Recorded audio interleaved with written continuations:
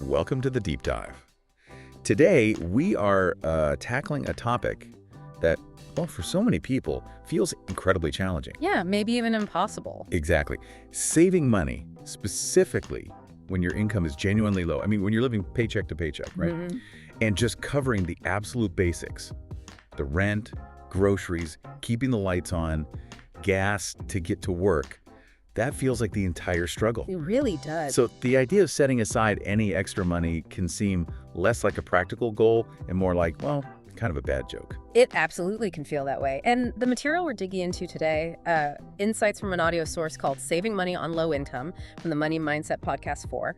Well, it really starts by acknowledging that exact reality head on. Right. It gets a lot of the, standard financial advice just doesn't quite fit this specific situation. Right. So our mission here in this deep dive is to really unpack the practical steps and maybe even more crucially, the mindset shifts that this source presents, because it argues it is possible to build savings even when things are, incredibly tight. Yeah, the core idea they push is that it's less about the total amount you earn. Which sounds counterintuitive. Totally. But it's more about how much you actually manage to keep. Okay, keep versus earn. I like that. And they frame this not around needing huge, dramatic cuts or feeling deprived of absolutely everything. Which is what people often dread. Exactly. It's more about being strategic with the dollars you do have, focusing on building control through small, consistent changes, things that add up over time. Okay, so let's unpack that. The material really emphasizes starting by acknowledging that difficult position you just mentioned. Yeah, validating that feeling. That daily reality where expenses just seem to eat up everything that comes in. That's the necessary starting point, Recognizing that feeling of being on a financial tightrope where every single dollar feels like it's already spoken for just for the essentials. And they point out how typical advice often feels, well, irrelevant because it assumes you have disposable income lying around. Right. But this material quickly steers you back to that core principle we mentioned. The power isn't just in how much comes in, but how much you keep. Exactly, how much you manage to retain. Okay. And that connection, keeping more of what you earn, that's where the power of those small, consistent changes really comes into play. Right. They stress that these aren't insignificant. Tiny adjustments repeated over and over, they really do build momentum. It shifts the focus away from waiting for some sudden windfall. Which might never come. Right, and towards building sustainable habits instead. Which brings us to what they identify as the absolute foundational first step, tracking every single dollar. Yeah, this is non-negotiable, according to this source, before you can make any strategic decisions about your money. You got to know where it's going. You have to know exactly where it's going, no guesswork. And they offer practical ways to do this, right? Like using apps maybe, Mint, or you need a budget. Yep, those are mentioned. Or even keeping it super simple, just a notebook and pen. Whatever works. The key is just achieving total visibility, seeing it all laid out. What's interesting there is how often people are genuinely surprised when they actually start doing this. Oh, totally. The material gives an example. I think it was someone finding they spent $200 a month just on takeout. Wow, $200. When you're on a low income, finding that kind of unexpected spending, I mean, that's huge. It feels like finding hidden treasure right there. It completely changes the perspective, doesn't it? Yeah. Seeing exactly where your money is going, it gives you a level of control you maybe didn't realize was even possible. And just this act, just starting to track, the source material frames that as a significant first win, you've already taken back some control. Okay, that makes sense. Okay. So once you see the reality where the money's flowing, the next piece of advice is about prioritizing your spending. Right. And this introduces a really critical question you have to ask yourself. Is this a need or is it a want? The classic needs versus wants. Exactly. It's about becoming really intentional, very purposeful about how you allocate those limited dollars. And they're careful to point out this doesn't mean cutting out absolutely everything enjoyable. No, definitely not. It's not about total deprivation. It's more about making conscious choices.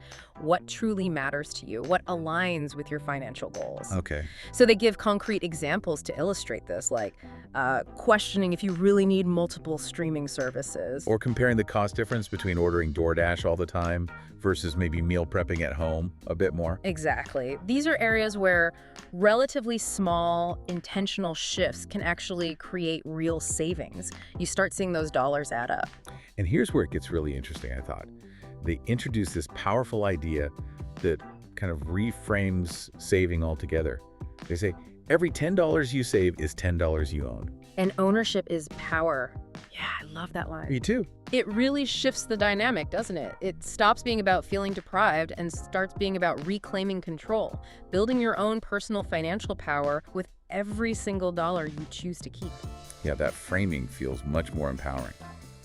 Okay, so after prioritizing, the third step is about making savings happen almost automatically. Yes, this is a key strategy they really recommend.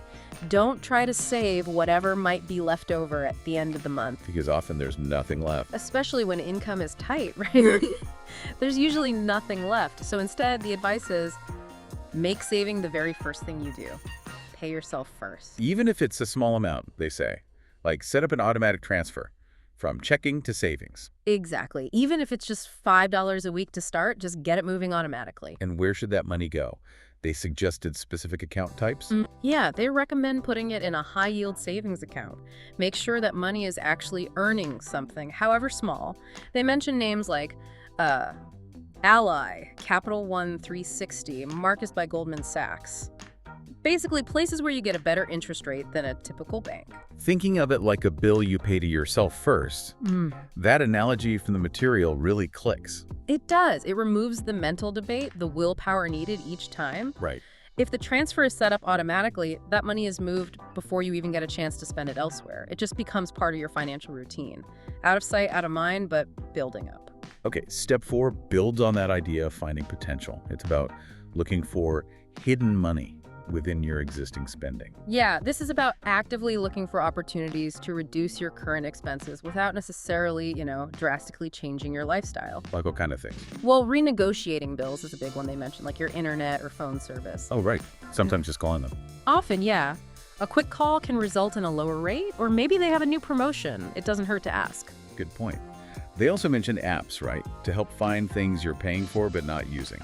Yep, using apps designed to help find and cancel subscriptions you might have forgotten about. They pointed to something like Rocket Money as an example. Those little $5, $10 monthly charges add up. Definitely. And what about cashback apps? Utilizing those too, things like Rakuten, Ibotta, or Upside for everyday purchases. Again, it might seem like small amounts individually. Pennies here and there. Right, but they accumulate over time. It's basically getting a small discount on things you were going to buy anyway. This brings up another really crucial point from the material.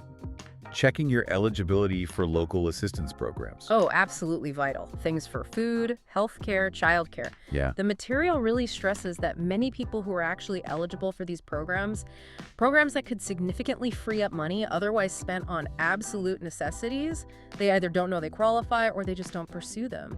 Maybe stigma or just not knowing where to look. Could be lots of reasons, but tapping into those resources, if you qualify, can make a huge difference in your monthly budget. It's worth investigating.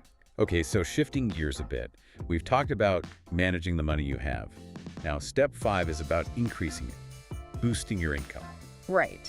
Because while saving is absolutely essential, the source material also highlights that increasing your earning capacity, well, that can potentially have an even larger impact on your financial situation over the long term. Makes sense. More income, more potential to save and invest. Exactly.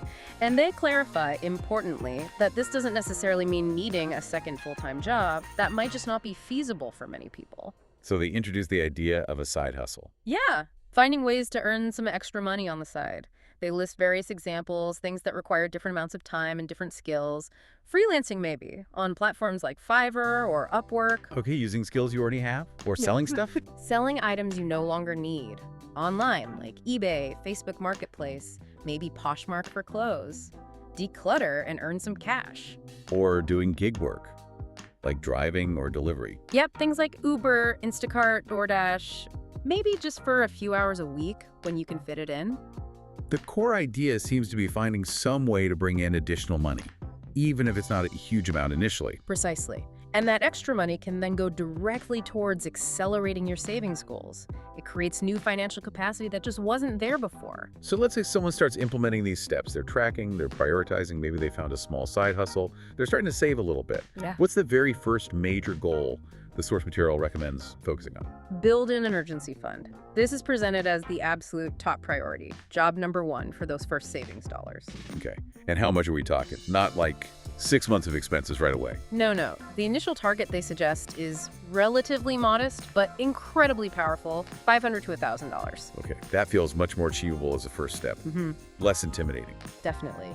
And its purpose is absolutely critical. It's your safety net for when, as they put it, life throws a curveball. You know, the unexpected car repair, the medical bill you didn't see coming. Exactly those things. Life happens. Having that small cushion, that $500 or $1,000, prevents you from being forced into high-interest debt when those emergencies pop up. Like credit cards or, worse, payday loans. Precisely. The material is really clear. This first savings goal isn't about saving for a vacation or something fun. It's about building a buffer. It's for peace of mind and, crucially, avoiding those debt traps that can make a tight situation even worse. So it really feels like all these practical actions we've discussed, tracking, prioritizing, automating, finding hidden money, boosting income, building that initial emergency fund, they all kind of build towards a larger concept, something the source material really emphasizes near the end. Yeah, a fundamental mindset shift. That seems key. That's really the core message they want to instill. Being on a low income doesn't automatically mean you have zero control over your financial situation. That feeling of helplessness isn't the whole story. It's about reclaiming agency, maybe. Taking back some control. Exactly. They directly connect taking these specific, actionable steps, however small they feel at first, to building a pathway towards greater financial freedom down the road. And their final point really sums it up powerfully, I thought. Yeah. Your income doesn't define your outcome. Your habits do. That puts the focus squarely back on what you can influence, what you can change, regardless of the starting point. Yeah. What a powerful and honestly practical message drawn from these insights. It really tries to move people from feeling overwhelmed by their circumstances. Feeling empowered by taking action. Yeah. Small actions. It's about recognizing that even those small, consistent steps, when they're taken from a place of, intention, they really can build significant financial stability over time. It's not instant, but it's progress. So what does all this mean for you listening? We've taken a deep dive into the strategies presented in Saving Money on Low Income from the Money Mindset Podcast 4. We've explored how practical steps like tracking every dollar, prioritizing spending with intention, automating even small amounts of savings, finding that hidden money in your budget, and maybe boosting income through side hustles. How all that can lead to that crucial first emergency fund. And underlying all of it is that really powerful mindset shift. Acknowledging the difficulty, yes, but insisting that low-income status does not mean a lack of financial control. It's about embracing agency, building stability through consistent habits. Yeah. So let's leave you with this final thought, really building on the material's ideas of control, ownership, and ultimately freedom. Consider how implementing even just one or two of these habits, maybe starting super small, like just tracking your spending for a week, or setting up that automatic transfer of just $5. Just starting somewhere. Right. How might that not just change your bank balance slowly over time, but maybe more fundamentally, shift your relationship with your own financial power, your future possibilities? How might taking ownership of your dollars, even just a few at first, truly feel like taking ownership of your path forward?